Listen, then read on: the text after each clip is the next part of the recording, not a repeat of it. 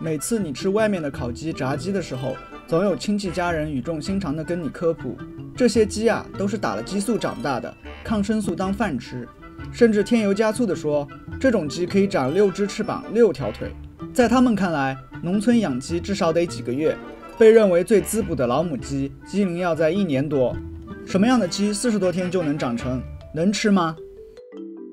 实际上，我们平时吃的鸡一半都是40多天长大的，这就是常说的速成鸡。速成鸡这个名字很招黑，很多人一听就认为这鸡肯定打了激素。其实市面上养的速成鸡基本上不会打激素，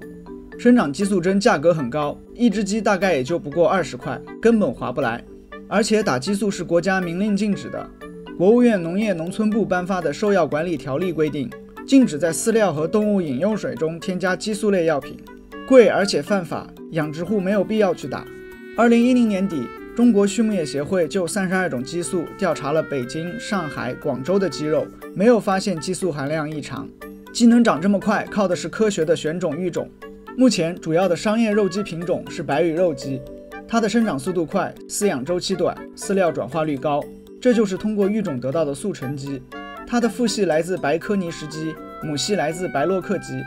配种后就获得杂种优势，可谓双鸡666。经过几十年的选种育种，白羽肉鸡生长42天的体重从1957年的539克增加到目前的超过2500克，饲料转化率从1957年的2.34比1下降到目前的1.72比1。以前白羽肉鸡长1斤肉需要吃2斤半饲料，现在只需要吃1斤半左右。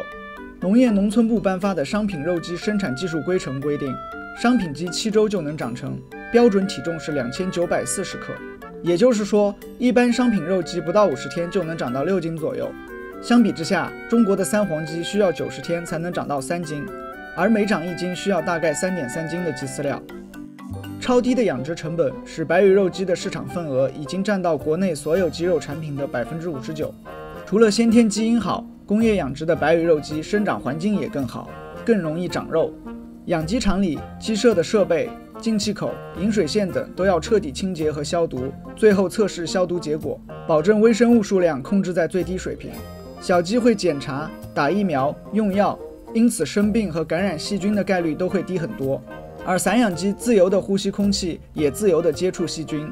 比如鸡常携带的致病细菌弓形虫，可能导致孕妇流产、新生儿脑炎、智力障碍等。有研究发现，中国散养鸡群中弓形虫感染率为 26.97%， 有的省份高达 40% 以上。而工业养殖的鸡弓形虫感染率非常低，比如无锡工业养殖鸡弓形虫感染率只有 2.67%， 比散养鸡低了10倍。鸡生病后，工业养殖场一般有专业人员给鸡用药，而家养鸡的用药就随意的多了。所以想吃的便宜又健康，工业养殖的速成鸡才是最优选。